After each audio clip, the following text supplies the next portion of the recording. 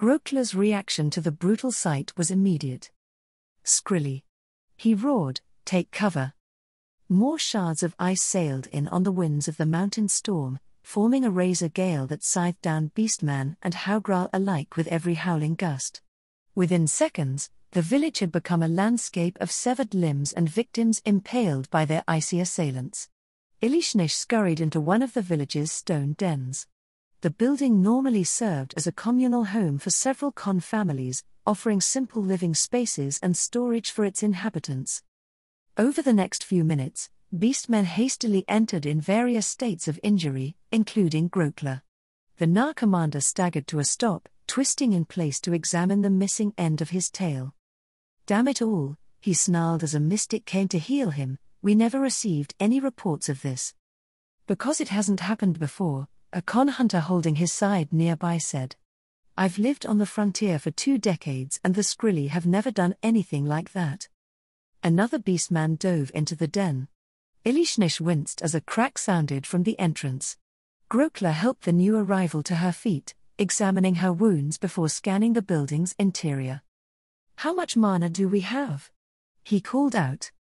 2/3, a mystic reported. "We are done tending to the wounded aside from her."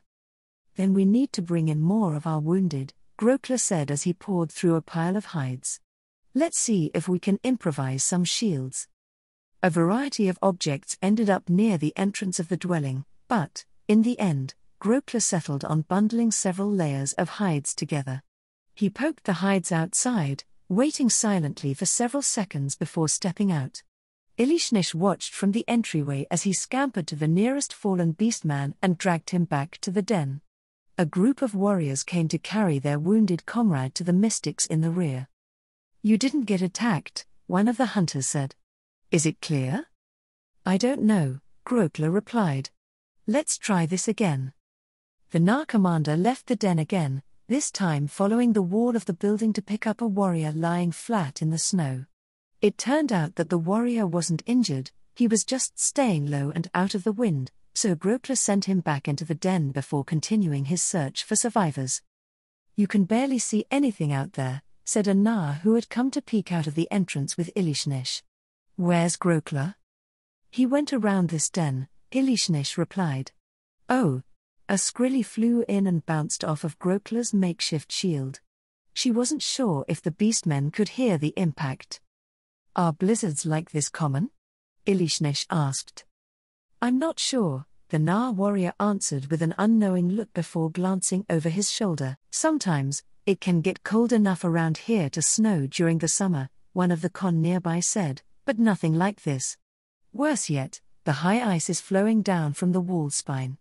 I don't know if you saw it coming upriver, but our upper valleys are buried in glaciers. They're advancing 200 or 300 meters a day. We can fight the mountain tribes," another Con said, "but we can't do anything about the ice.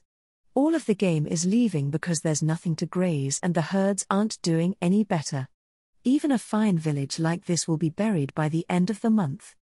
Ilishnish pondered the beastmen's claims. What they described was certainly unnatural.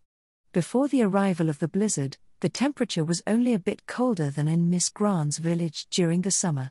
An unexpected blizzard might have been plausible, but not the glaciers creeping their way down the valleys. This should explain the flooding, at least. Massive volumes of ice were flowing into areas where temperatures remained seasonally normal, resulting in ever-increasing amounts of meltwater entering the jungle basin. The question now was what was causing it and why. Grokla appeared again with another warrior, who was holding his severed leg in his claws. The warrior brushed away the attempts to help him in and hopped by himself to mystics at the back. "It's going to take forever for you to retrieve your troops at this rate," Ilishnish said. "Why not have the others help?" "Because I'm the only one with armor good enough to deflect those damned Skrilly," Grokla gestured to his green dragon scale armor. "We have a lot of people alive out there, hiding behind buildings and such. They'll stay safe as long as they remain behind cover. I'll get them all eventually." What an obstinate fellow. While his subordinates might have found his resolve admirable, Grokla had the brute force thinking characteristic of the Gnar. She glanced at the other beastmen in the building, but they seemed content to rest and leave the decision-making to him. It didn't make much sense to Ilishnish. Shouldn't the races most familiar with their current environment be in charge? She tamped down on her annoyance, closing her eyes and feeling the area around the den. The Con village was rather spread out, but she could at least get a feel for the closest structures and the beastmen dispersed among them. You mentioned that the warbands will be safe so long as they remain behind cover, Ilishnish said. Is that due to some characteristic of the Skrilli? I wouldn't exactly call it a characteristic. What are you trying to say? I'm trying to figure out how they're conducting their attacks, Ilishnish said. As far as I can tell, they're using the blizzard to blow them along, but they do have a good bit of control over their trajectory. How are they selecting who and where to hit? Grokler looked up at her with no small amount of confusion. Ilishnish sent her gaze to the Con, who were supposed to be natives of the area. We've never seen them attack like this before, one of them finally said. Usually, they hang onto cliffs and tree branches, pretending to be ice until someone crosses under them. Then, they use the speed built up by their fall to cut into their prey. What happens if they miss? Ilishnish asked. That rarely happens, the Con warrior answered, but I've seen people swat them out of the air. They don't like facing off directly against their targets and they'll try to scamper away against anyone ready for a fight. That still didn't give Ilishnish the answer she was looking for, but it did give her some idea of a Skrilli's capabilities. Her blind sight made them out to be some sort of flying creature, though she couldn't decide whether they were more like a bird or a bat under their icy exteriors. In that case, she said, why not use this blizzard to your advantage? How do you propose we do that? Grokler asked. In response, Ilishnish grabbed a pack filled with preserved meat and tossed it out of the den. 3 more packs flew out after the first, forming a loose line in the snow. In under a minute, the makeshift barrier formed a snowdrift. Like so, she said. The beastmen who could see out the den's entrance exchanged looks between themselves. One of the Con hunters crawled out on all fours, remaining still for several moments before carefully picking up the packs of meat and placing them atop the new snowdrift. It wasn't long before they had a length of wall tall enough to stand behind. Grokler experimentally pressed his paw against the snow. While this feels reassuring, he said, the Skrilli can penetrate this barrier with little effort. I've never known an ambush predator that would attack what they can't sense, Ilishnish said. I suppose I should stand here just in case, Grokler said, then addressed a few hunters standing at the den's entrance. Try and find more of our people. Stick close to the walls of this building if you don't want to get cut down. 2 pairs of beastmen left to carry out his orders. Another group came out with more supplies and got a fire going. The wall that Ilishnish had started steadily expanded according to Grokler's orders, stretching toward the den in the next plot over. As more and more beastmen crept in to join them, Ilishnish pondered the tangible transformation in everyone's mood. Their situation hadn't changed much, yet they were positively cheerful as they distributed rations under the incessant howl of the wind. You all suddenly look like you're ready to move heaven and earth, Ilishnish said. A secure flank is priceless to a warrior, Grokler replied. Thanks to the inspiration that you've provided us, we can turn this village into a fortress. She wasn't sure what was so inspiring about it. Hadn't they ever seen snow drifts form around boulders before? He was just complaining about the strength of the walls, too. So long as this blizzard continues, Ilishnish said. It would be even better if it ended, Grokler said. We'd be able to get out of here. Didn't you come to win this village back for your people? Grokler looked up at the wall of snow beside him before letting out a helpless laugh. That was under the assumption there was something to win, he said. There's little point in spilling the blood of good warriors on unproductive land. How will the loss of this area affect your food supplies? It won't for the short term, Grokler replied. We may have lost territory for game and livestock, but most of the mountain tribes just so happen to be edible. Speaking of which, a hearty cheer rose as one of the hunters brought in the freshly dressed corpse of a haugral. Soon, the aroma of roasting meat wafted through the air, tempting the appetites of everyone around the fire. There must be thousands of dead Haugrals scattered around the village, Grokler said. We could hold out here for months if need be. I sincerely hope we aren't stuck here for months. I'm just noting how well provisioned we are, Grokler offered a good-natured chuff. Rest assured, we'll be getting out of here at the first reasonable opportunity. We have a war to fight, after all. Elishnesh looked at the snow blowing overhead. It was still late afternoon, but the storm had extinguished any traces of sunlight. Grokler's forces wouldn't be able to leave any time soon. By midnight, Grokler managed to connect over half of the dens in the village. The blizzard continued to dump snow on them, creating drifts that were 8 meters high in some places. Wall building was replaced by tunneling, though the beastmen weren't very good at it. This reminds me of a story I heard last year, Grokler said. My father led an army to a part of the walled spine east of here to reinforce the con against an incursion by the mountain tribes. They ended up getting buried by a blizzard as well. You weren't there yourself? Elishnesh asked. No, Grokler answered. I was in the same army, but I wasn't part of the detachment that rushed to aid the con. There were some things I had to oversee in Gaulia. The operation turned into the withdrawal of nearly 60,000 warriors. Well, the weather is oblivious to the struggles of those it affects, Elishnesh replied nonchalantly. Was it a fight with Haugral and Skrilly like we just had? No, it was a race we hadn't seen before. That bunch from the Confederacy called them Yeti. We can only assume that they migrated from deeper in the walled spine. Thinking back on things, these problems that we're facing now may have started long ago in some far-off place, well beyond our means to influence.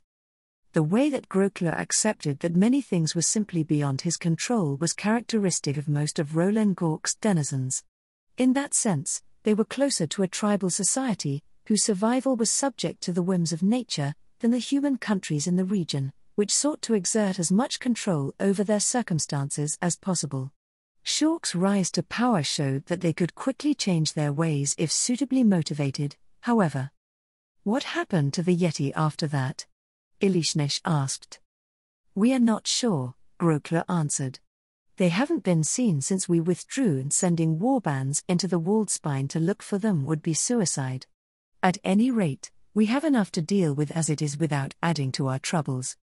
It seemed that she would have to take a look for herself to gain any useful information. Unfortunately, she couldn't just wander off when everyone was supposed to be stuck. They found Vltava sometime during the night.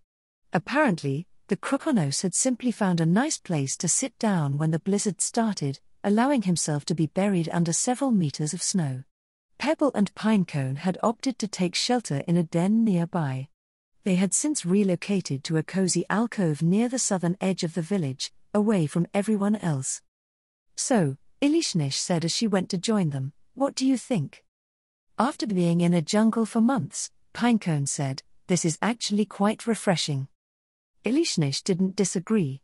While frost dragons didn't suffer any adverse effects from not being in their preferred habitat, it felt nice to be in an icy environment again. This weather has certain implications, Vltava said. Those implications being? It depends on the source, Vltava said. Remember what I spoke of shortly after we arrived in Rolengork? She nodded silently in response. If one considered things from that perspective, all of the strangeness that was happening was a part of something that should have occurred long ago. We should still confirm what's going on, Pebble said. How do you propose we do that? Elishnesh asked. The Krokonos looked at her as if she had just asked a stupid question. They probably expected her to do the looking for them. A pitch-dark dawn greeted them the next morning, along with 3 more meters of snow. Grokler's forces had lost most of their raw edge, and many were going around trying to make improvements to their icy accommodations. Grokler himself had converted one of the village's dens into his command post. In addition to several chiefs, a few mystics were with him, using summons to scout the surroundings.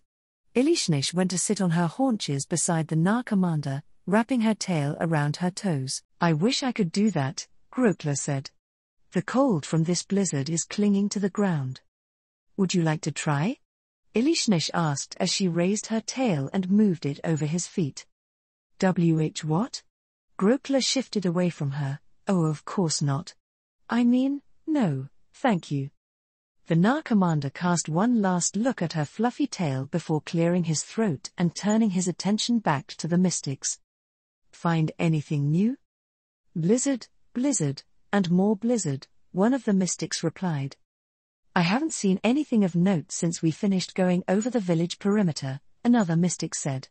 Even if things did clear up, the entire valley is buried. We'd see treetops sticking out of the snow, at best. We may as well burrow our way home with things as they are, Grokler grumbled. Actually, why don't we go ahead and do that? We could follow the river back and our enemies would be none the wiser. While you do that, Elishnish said, do you mind if I take a look around? Around? Grokler froze, as in beyond the village. Yes, that's right. You understand that I can't guarantee your safety while you're out there. Could you at least wait until this blizzard ends? Won't you be leaving once that happens? Grokler settled into an uncertain silence. Elishnish had never specifically requested any sort of protection, yet her host or guide or whatever considered her safety his responsibility regardless.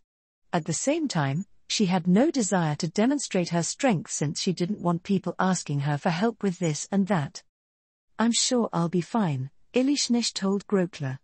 My race is well suited for this sort of environment. If you insist, Grokler finally relented. Do you require any supplies? Thank you for the offer, but they won't be necessary. It's not as if I'll be gone for long. Elishnish left the command post before they could ask any more questions. She made her way back to the Krokonos, who had expanded their temporary shelter into something that almost looked artistic. Are you that bored? She asked. It doesn't hurt to make the place more livable, Pinecone answered. This design is far warmer and has more space. If you say so, Elishnish said. I'm going to be making a hole over here. Make sure no one follows me out. You are going to scout the surroundings? Yes. Maybe I'll find something interesting to eat along the way. She pressed her paw against the wall of packed snow, sighing at the prospect of tunneling out. Krokonos were nowhere near as good as frost dragons at burrowing, but she had to keep up appearances. She made her way down from the village and over the wall of Haugrul corpses. It was there that she encountered a lone Skrilly feeding on the dead.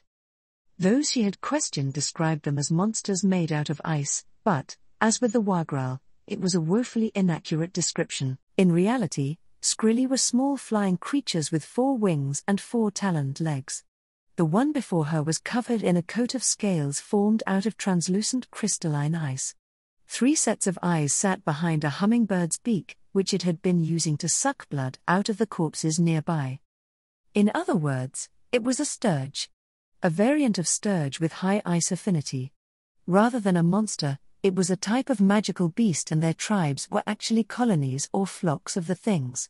The extreme winds of the storm allowed them to fly even when covered by their weighty armor. The Skrilly looked up at her with its beady crimson eyes. Elishnish stared back for a moment before snatching the thing and tossing it into her mouth. It disappeared into her maw with a startled peep, struggling for a second before she put an end to it with a satisfying crunch. Not bad. As she thought, food was best served frozen. After snapping up a few dozen more Skrilly, she made her way to the riverbank and examined her surroundings. It seemed like she was alone in the blizzard, but she ran several kilometers upstream before taking wing as a frost dragon. Her lithe form cut effortlessly through the storm as she considered her next move. I suppose I should get a better view of what's going on. She climbed through the blizzard and above the clouds, ending up a dozen kilometers above the landscape. In the distance, the peaks of the walled spine loomed higher still, but it was what she saw below her that captured her attention. This is wrong, isn't it? She muttered to herself. Thick layers of clouds obscured most of the mountain range nearby, but they seemed to cling to one spot like a frigid miasma rather than move like normal weather. The blizzard that had overtaken Grokler's forces had been raging for over 12 hours, but there was no sign of it advancing beyond its present location. On the other side of the pass that they had crossed to get to the village, the highlands remained as she remembered them. Control weather or something similar. Where's a dragon lord when you need one? A dragon lord wouldn't tolerate such a blatant disruption to their domain's characteristics. Then again, it was probably because there wasn't a resident dragon lord that whoever was messing with the weather could get away with it. If they had tried the same thing in the Yorgulan Commonwealth, it would have probably gone poorly for them. Ilishnish descended a few thousand meters, hoping to catch a glimpse of whoever or whatever was causing the inclement weather. Of course, it was due to curiosity more than anything else. She had absolutely no desire to confront anything that could create such a powerful effect. What she saw through the storm as she flew north, however, added to both her confusion and curiosity. In the high alpine valleys nestled between the deep ranges of the walled spine, weather conditions could be best described as normal. Traces of the brief mountain summer could still be seen, and there was no sign of the endless snowfall that was smothering the walled spine's southern fringes. Furthermore, someone was building things. Roads of packed snow snaked through the mountain meadows, connecting clusters of buildings fashioned out of ice and stone. She was unfamiliar with the architecture and layout of what she saw, but she knew the site of a growing country when she saw one.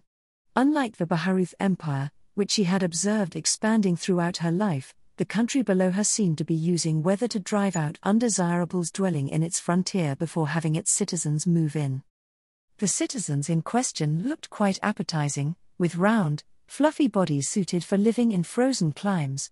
There was no visible evidence of farming activity, but there were herds of animals both familiar and unfamiliar being managed wherever she looked. I suppose that means they're carnivores. Why does everything down there look delicious? Her eyes went from the herds of shaggy nook on the mountain slopes to the giant elk grazing in the meadows. Then, a more exotic sight drew her interest. What is that, I wonder? She settled into a stealthy glide, circling over the snow-covered meadows in one of the larger valleys. The creature in question was a woolly behemoth at least 10 times as massive as a nook, standing 6 meters at the shoulder. Two long, curved tusks protruded from its head, between which some sort of long appendage hung nearly to the ground. Smaller versions of the creature grazed alongside it, using their nose appendages to hungrily shove wilted wildflowers and shrubs to their mouths. Ilishnish descended a few thousand meters more, trying to figure out how to separate one of the small ones from the big one. Normally, she would employ her dragon fear to scatter the herd and make off with her target of choice, but that would cause far too much of a commotion, and she wasn't sure what the builders of the civilization in the mountain valleys were capable of. A bit of patience inevitably saw one of the smaller creatures stray from its companions. Flexing her claws in anticipation, Ilishnish aligned herself for a quick dive to snatch it up. Shadows of movement against the snow caused her to abort her attack. A pair of rotund fluffballs waddled over from the edge of the meadow, waving at Ilishnish target. To her annoyance, it returned to the relative safety of its fellows. Is there anything more annoying than a herder? She cast a sour look downwards, considering conducting a flyover to scatter all of the miserable creatures crawling below out of spite. Ultimately, she decided against it. Learning more about her new enemies without them being aware of her in return would work to her advantage in the future. After ascending to a safe altitude once again, Ilishnish followed the curve of the walled spine southwest. Her leisurely cruise to the southeast brought her well past where the Yorgulan frontier was supposed to be, and it was there that her suspicions about the Dragon Lord in the Commonwealth being a deterrent against incursions from the mountains was confirmed. Additionally, like Roland Gork, what she could see of Yorgulan civilization didn't suggest any great degree of complex industry or magical artifice, so their overlord was likely the reason why they were spared Roland Gork's current crisis. Ilishnish skirted the domain of the Green Dragon Lord for a few minutes before banking east toward the walled spine. After crossing over several successively taller ranges, she once again located the civilization sprawled over the ice fields and alpine meadows. The amount of development was about the same as what she saw closer to Roland Gork, so she kept flying eastward to see if there would be any noticeable change. How strange. I still don't sense any dragons in these mountains. The lack of draconic presence had gone from a vague threat to something utterly mind-boggling. She was flying over prime territory for several types of dragons, yet the only ones that she could sense were bracketing the walled spine to the north and south. Greens dominated the belt of tropical rainforest south of the walled spine, while at least 6 different types of dragons led to the north. Some of those dragons should have expanded their domains into the mountains, yet something was dissuading them from doing so. After following the mountains another 300 kilometers southeast, a possible explanation appeared before her. Covering the lower half of the tallest peak in the area was a shimmering city sculpted out of pure ice. Cold blue light suffused the entire mountain metropolis, dancing lightly within its towering spires like a captured aurora. On the frozen highways leading to its massive gates were hundreds of the same woolly behemoths she had encountered earlier, each pulling a massive sledge bearing frozen food and fodder. There were items of far greater value mixed in with them, but they were all stashed away in tied leather sacks and frost-bound chests. Ilishnesh circled high above the spires of the city, trying to get a sense of what was contained within. Unfortunately, it appeared that the entire place was protected by magical wards that could foil her powerful senses. She didn't linger any longer just in case her attempts to examine the city had triggered some sort of magical alarm. Idly watching the streams of traffic far below, she pondered the significance of her findings. There's no way Roland Gork can stop these people. Even if they knew what was attacking them, the position of said attackers was effectively unassailable. Roland Gork could send just as many armies as they had to the Draconic Kingdom, and they would probably die before winning a single frozen pass. On a more positive note, it looked like the mountain civilization was content to remain in the walled spine. That meant everyone else would be helplessly driven away by their weather control strategy, but at least the whole jungle wouldn't end up frozen. At worst, the beastmen simply needed to adapt to their new reality. The blizzard was still howling away when Ilishnesh returned to the village. With the massive flock of Skrilli long gone, Grokla's warriors had mustered up enough courage to investigate the surface, and she found several of them loitering at the entrance of her tunnel. "Good morning," Ilishnesh said. Shouts of alarm filled the air as the warriors jumped in collective fright, shedding some of the ice that had caked on their fur. A few turned to fight while some others dove into the nearest snowdrift. Winter Moon, a Nar warrior with puffed-up fur, said, "You are back." "That I am," she replied cheerfully. "Were you able to find out anything useful?" "I believe so," Ilishnesh said. "We may even be able to leave soon." "Then I shouldn't keep you here," the warrior said. "Grokla's in his headquarters, I'm sure he'd like to hear your findings." Ilishnesh entered the tunnel after expressing her thanks. On the opposite end, the Kokonos were nowhere to be found. They didn't like being around too many people, so they had probably relocated after the tunnel near their spot turned into a thoroughfare. "Winter Moon," Grokla said from the command post central table. "Good to see you back unscathed. What did you discover?" "Plenty," Ilishnesh replied. "You'll be pleased to know that you can leave any time." "How can that be? The ferocity of this blizzard has not abated in the slightest. We can barely see in front of our faces out there."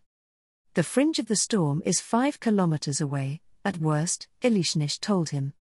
Grokla's fur rippled in relief as he sighed. "That's heartening to hear," he said.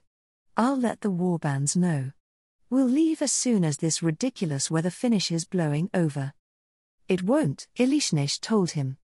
Ilishnesh resisted the instinct to flinch as every carnivore in the building fixed a curious look upon her. Grokla leaned back from the table. "But you just said." "I said that the fringe of the storm is 5 kilometers away, at worst," Ilishnesh said. "You're not making any sense." "The blizzard is happening here," Ilishnesh explained. "All you have to do is go where it isn't." One of the mystics holding counsel with Grokla flicked her ear with a scoff. "How rude. Weather doesn't work that way," she told her. "The elemental spirits of water are guided through the skies by the elemental spirits of air. Weather travels, it is as restless as the elements that drive it, it does not simply decide to sit still on a whim." "It isn't exactly a whim, but, well, I suppose you won't believe me until you see it with your own eyes. I can empathize with that. Ilishnish reached out and grabbed Grokler, dragging him out of his command post. Wait, what are you? The Na commander tried to resist her guidance, so she picked him up and cradled him in her arms. Grokler seemed to wilt under the whispers and veiled glances cast in his direction. Winter Moon, I can walk on my own. Is that so? It didn't look like it just now. She continued carrying him until she located the Krokonos. As she suspected, they had created a new resting place even further away from the activity of the warbands than before. Pebble and Pinecone twitched their noses at the sight of her entering the Na commander in her arms. Vltava was more interested in pawing at the snow nearby to get at some tufts of moss on the wall. Ilishnish set Grokler back down. Before he could move, she snatched up Vltava and placed him on the Na's head. Grokler went cross-eyed as he tried to look up at him. Why? Do not upset Vltava, Ilishnish warned Grokler. If Vltava becomes upset, you will also become upset. Let's go. Where are we going? Pebble asked. Back to the previous town, Ilishnish answered. Grokler is coming with us. Atop Grokler's head, Vltava sat down and made himself comfortable. Pebble and Pinecone put their belongings away and they were on their way down the tunnel in less than a minute. The sentry she had spoken with before visibly brightened as they emerged from the passage. Grokler, he said. Winter Moon mentioned that we might be able to get out of here. What's the word? We are in the process of confirming her findings, Grokler said. Don't let your guard down. Yes, sir. After sounding somewhat confident about what he was doing, Grokler carefully turned and started pushing his way through the snow behind Ilishnish and the Krokonos. All the while, he tottered back and forth in an effort to balance Vltava on his head. 1 hour, and a half a kilometer later, Pinecone finally said something. Winter Moon, you should clear a way for Grokler. Me? Why? Because it will take us a month to reach the next village at this rate, Pebble said. These tiger beastmen are ill-suited for environments like this. My question is how you can move so easily in this. Grokler gestured at the snow around him in disgust. It's not so much that we're moving in it as we're moving on it, Ilishnish replied. We'd be going much faster if you didn't insist on forcing your way through. Though not nearly as much snow had accumulated along the riverbank as it had in the village, it was still as deep as Grokler was tall in some places. The Na carefully clambered atop the hardened snowpack, but fell right through the moment he shifted his weight again. Skill issue, Vltava said from atop his head. Ilishnish supposed that it was probably the case. Having lived in the Azalizia Mountains for most of her life, pretty much everything she saw possessed physical traits and abilities that allowed them to thrive in the wintry weather. Grokler, on the other hand, had none of them. With a drawn-out sigh, she hopped down to join the Na commander in his frozen trench. Wait, what are you, woe? Grokler let out a startled shout when she crawled between his legs to carry him on her shoulders. She hopped back on top of the snow and set off down the valley at a leisurely jog. Pebble and Pinecone loped after her. This doesn't make any sense, Grokler said after he finally managed to relax. How are you not falling through under our combined weight? I believe the others already explained why, Ilishnish replied. Your race is simply unsuited for this environment and you haven't developed the skills to traverse this type of terrain. And how would one go about doing that? I'm not sure why it's so puzzling. You can imbue your claws with the strength to shred steel and penetrate magical protections, yet it never occurs to you that this same capability could allow you to achieve other supernatural feats? Is that what you're doing? Imbuing your feet with martial arts that allow you to walk on snow? No, Ilishnish replied. Our feet are just bigger than yours. Also, as a race, we are natural hunters. Wouldn't you say that's the case for any race of predators? I wouldn't. To clarify, when I say hunter, it is in the same sense that you categorize hunters in your warbands. In the outside world, they are more commonly referred to as rangers. A gust of frigid wind howled over them, causing Grokler to teeter to the side. Ilishnish lashed her tail in annoyance as he clutched at her ears to steady himself. "Cease your squirming," she told him. "You are not going to fall off unless I let you." Grokler released her ears and loosened his legs. "Then what is the difference between a hunter and this ranger you speak of?" he asked. "I suppose it's a similar difference to that of someone being able to cast magic as a spell-like ability inherent to their species and one learning to cast magic as a druid or wizard, or the difference between a common beastman and what you refer to as warriors. Just because one has claws and teeth doesn't mean that they can perform martial arts, yes?" The Nar fell silent as he pondered her words. He remained that way for the next few kilometers, allowing Ilishnish to ponder the indignity of being ridden by someone other than her mistress. The moment she stepped out of the blizzard, she unceremoniously shrugged Grokler off of her shoulders. He somehow managed to keep Vltava on his head. Grokler scanned his surroundings with a thoroughly perplexed expression. They were partway into a shallow canyon, following a narrow trail hugging the carved granite cliffs above the river's northern bank. The skies above were overcast, but the air was about as warm as it was when they had come up from the lowlands. No sign of snow or even rain marked the terrain, and the ground at their feet was dry enough to send up dust with Grokler's every step.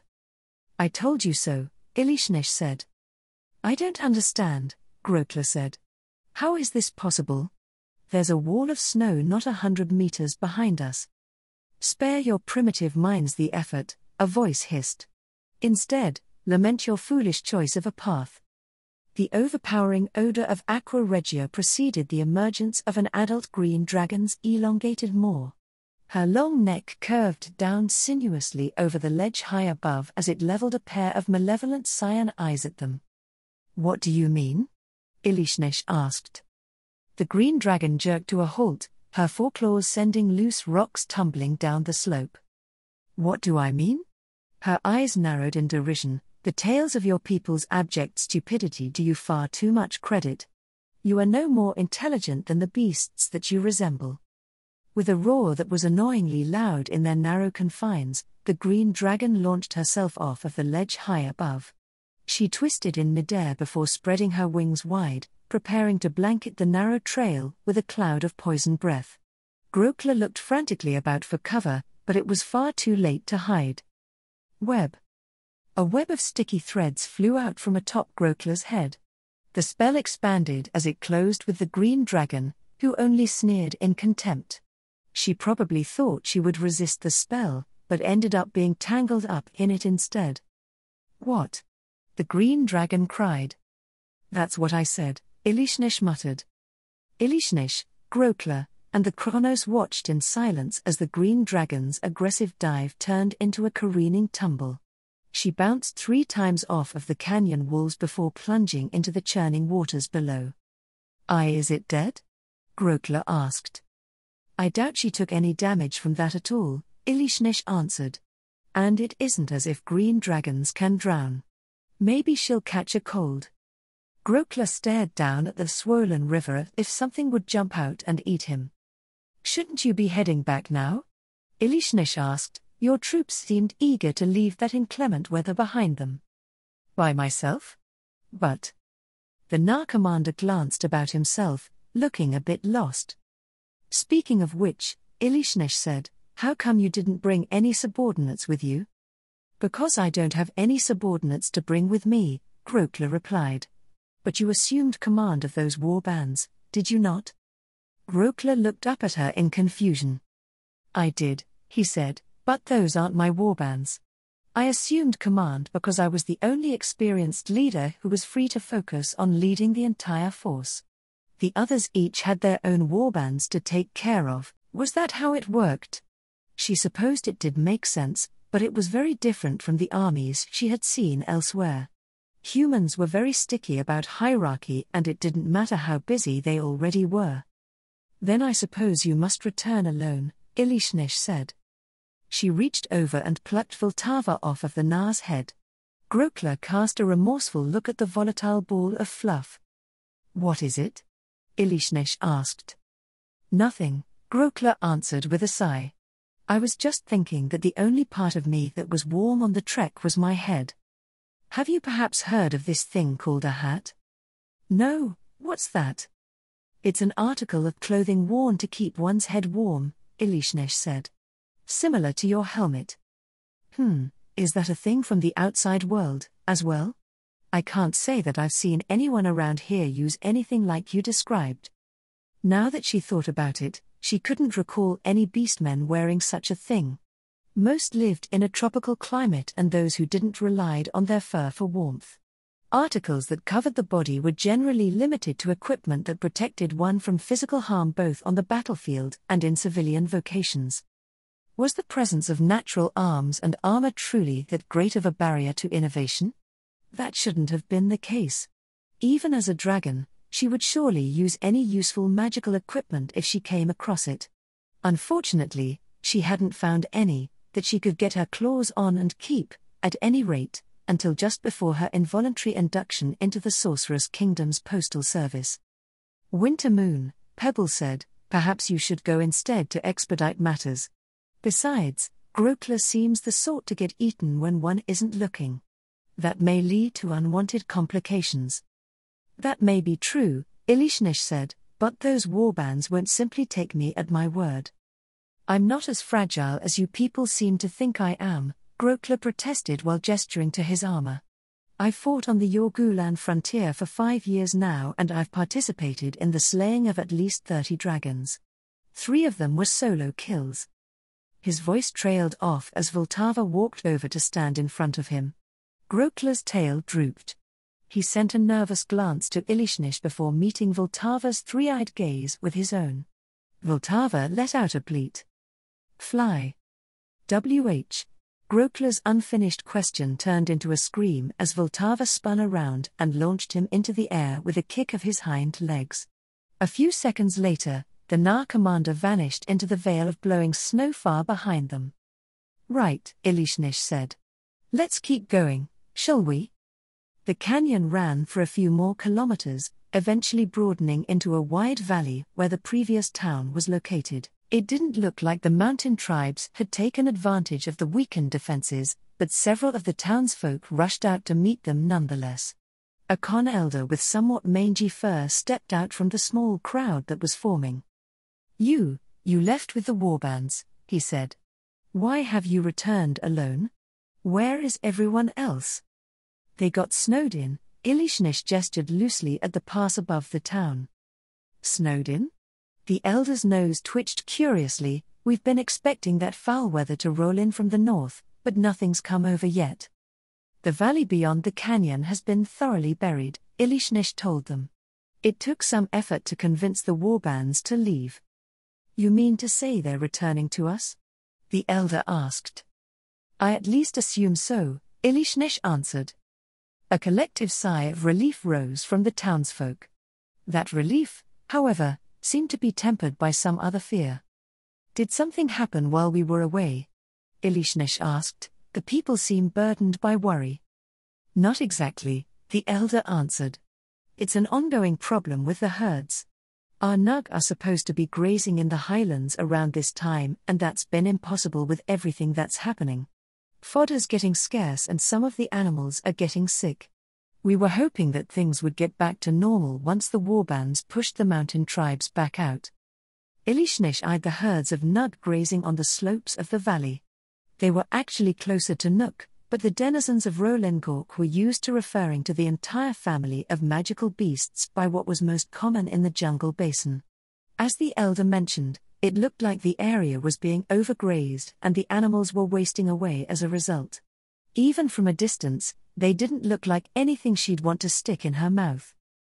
Is it only this part of Rolengork that's experiencing trouble with the mountain tribes? With what's happening around here, I think your only real options are to cull the herds or send them west. We're considering both, the elder replied. But you must understand that it isn't a decision to be made lightly. We wanted to be absolutely sure that it was necessary before we did something that would harm future generations. Well, the chiefs should be back at some point. You'll just have to wait until they come down from upriver. Oh, speaking of which, has anyone seen a green dragon float by? The assembled con cast nervous gazes to the overcast sky. Didn't she just say floated by? A green dragon? The elder said, you saw one? We did, Ilishnish replied. She fell into the river. Well, if you haven't seen anything, don't worry about it. For some reason, her words unsettled the townsfolk even further. They weren't very good at listening. A bit after dawn, not that most people could tell, the warbands from the snowbound village started to arrive. Rather than follow the route along the river, they had for some reason opted to come back over the pass. The Na and Irma looked particularly miserable as they dragged themselves in. Except for one of them. Winter Moon. Grokla's voice came from above as he flew in to settle on the ground before her. I flew. Can you imagine how amazing it was? Perhaps. Ah, of course. You must have tried it at least once or twice. Still. Grokla's voice cut off as his enchantment was dispelled and he dropped to the ground. The loss of his flight capability wasn't enough to dampen his excitement, however. Ilishnish maintained a polite distance from Grokla as he continued to enthuse all over her. Shouldn't basic flight magic be well within the capabilities of your mystics?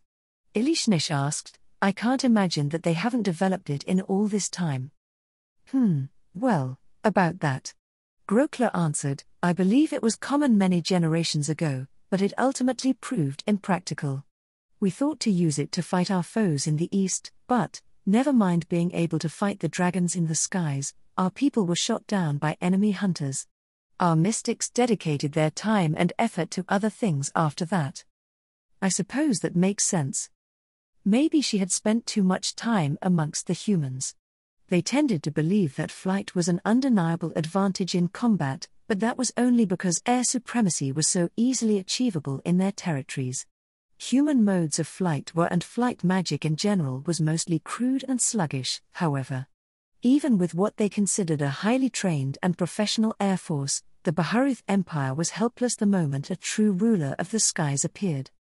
The town's leadership found Grokla shortly after his arrival, which led to a conference between the dozens of chiefs present. Grokla himself said little, as the discussion was deemed a matter for the local conlords. They gathered at an enlarged version of the wooden platforms that could be found in every village, while the common townsfolk watched the proceedings from nearby. We must disperse the population, one of the chiefs stated. It will be too late if we wait for this terrible weather to advance. Local logistics will be frozen and the people will starve in no time.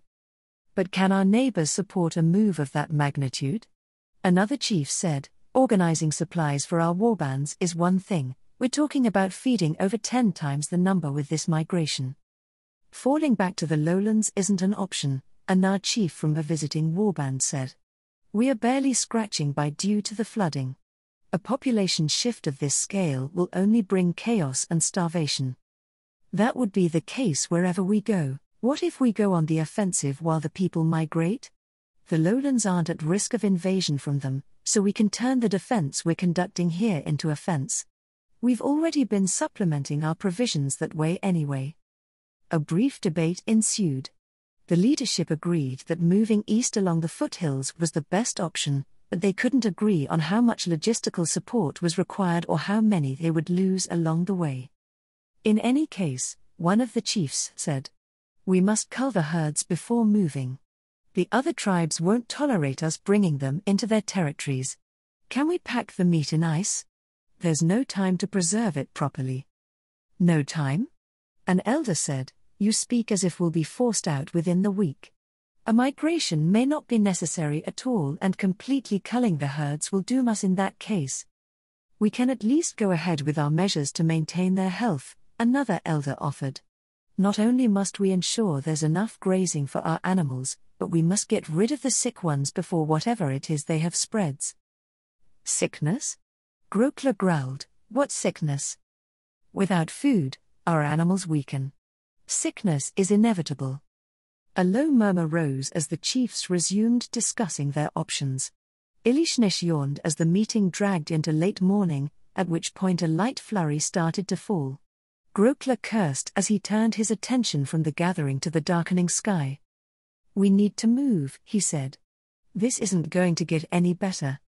It's just a light dusting, one of the elders said. This is nothing to be concerned about around here.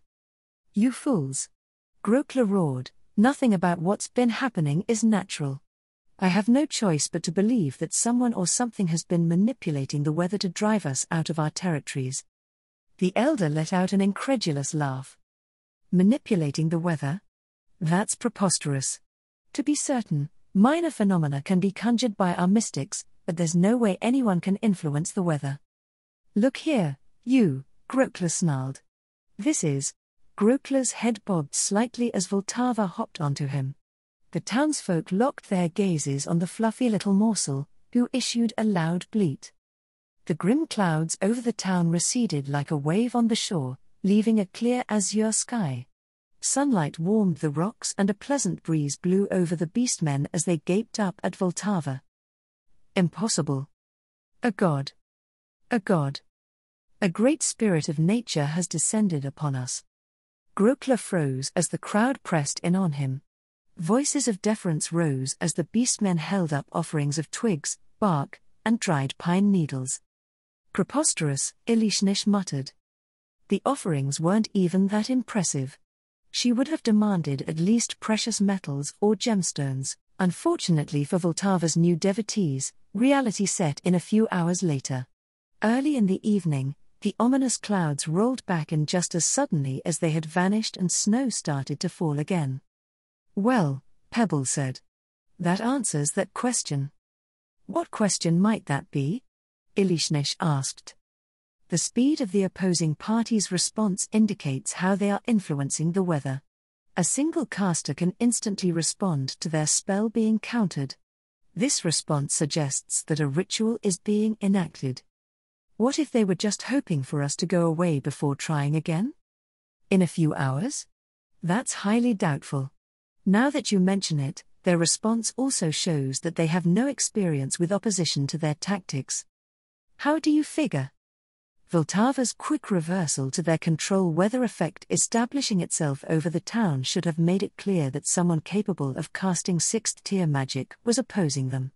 If they must rely on ritual magic to alter the weather, they shouldn't have done anything to attract the wrath of a powerful caster. It seemed that frost dragons weren't unique in the fact that they more often than not learned things the hard way. "Oh great spirit of nature," someone cried, "save us from our plight. What have we done to earn your wrath? What must we sacrifice?" Elishnish went over and plucked Vltava out from under his pile of meager offerings. She shook him around a bit to remove the random pieces of debris on his coat. "So," Elishnish said, "what do we do now?" "This is the anomaly that we have come to investigate," Vltava said. "We will address the problem at its source.